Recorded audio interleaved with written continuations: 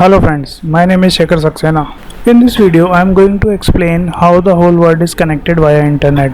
I am not going to tell technical stuff like routing and switching, just general overview how different countries are connected to access internet. At the end of this video, you will be able to create world map of internet in your mind. If you are watching this video on YouTube, it is obvious that you have internet connectivity.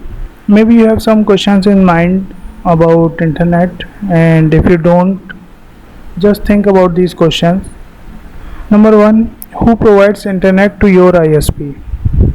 You are getting internet connectivity from your service provider, but who is providing internet connectivity to your service provider?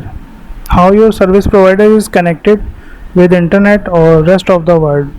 Second thing is, where is this internet speed actually generated? Meaning, you bought 2 or 10 Mbps connection from your ISP depending on your plan. Does your ISP generating this speed or accessing from somewhere else? Third question is, where is this data came from? You purchase internet plan with 4 Mbps speed up to 30 GB data. Where is this 30 GB data stored or saved? And the last thing is, how the whole world is connected via internet. I am going to answer all of these questions in just few minutes.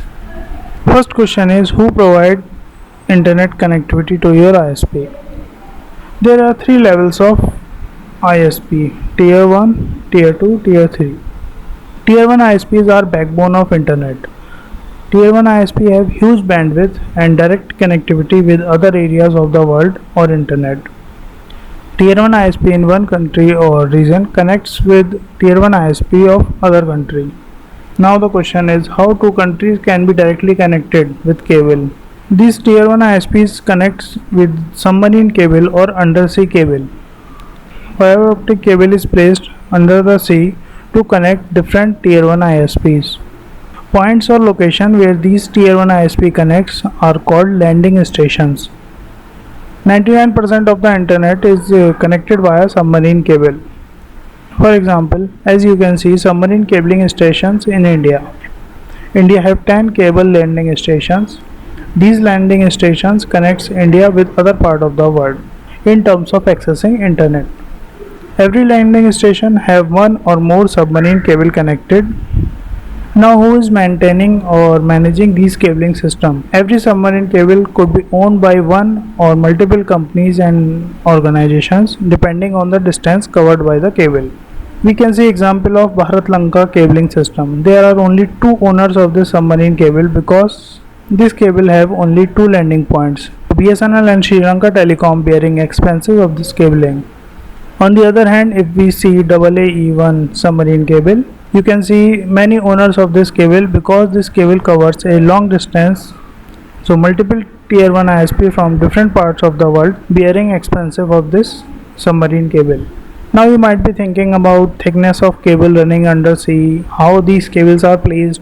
So you can use Google to know more about cabling procedure. Search term submarine cable. Tier 1 ISP connect with each other via peering.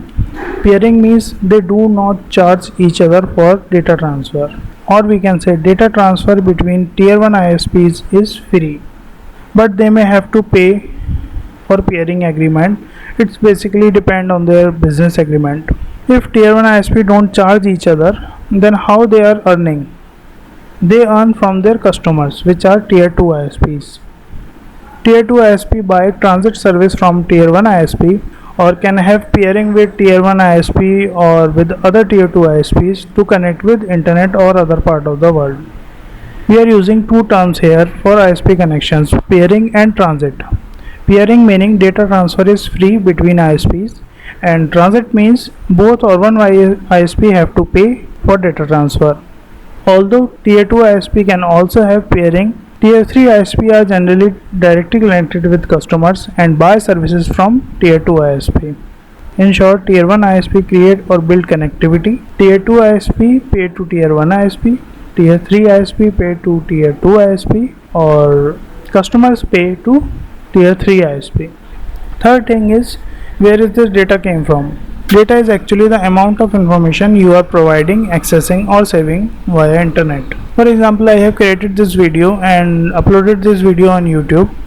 Suppose size of this video is 30 MB. So I have uploaded 30 MB data on YouTube, and now you are watching this video.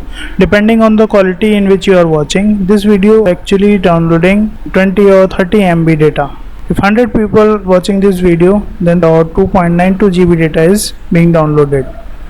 In the same way, when you access Google, some web pages are downloaded on your device, and you already know when you download a song or movie how much data you are saving on your device.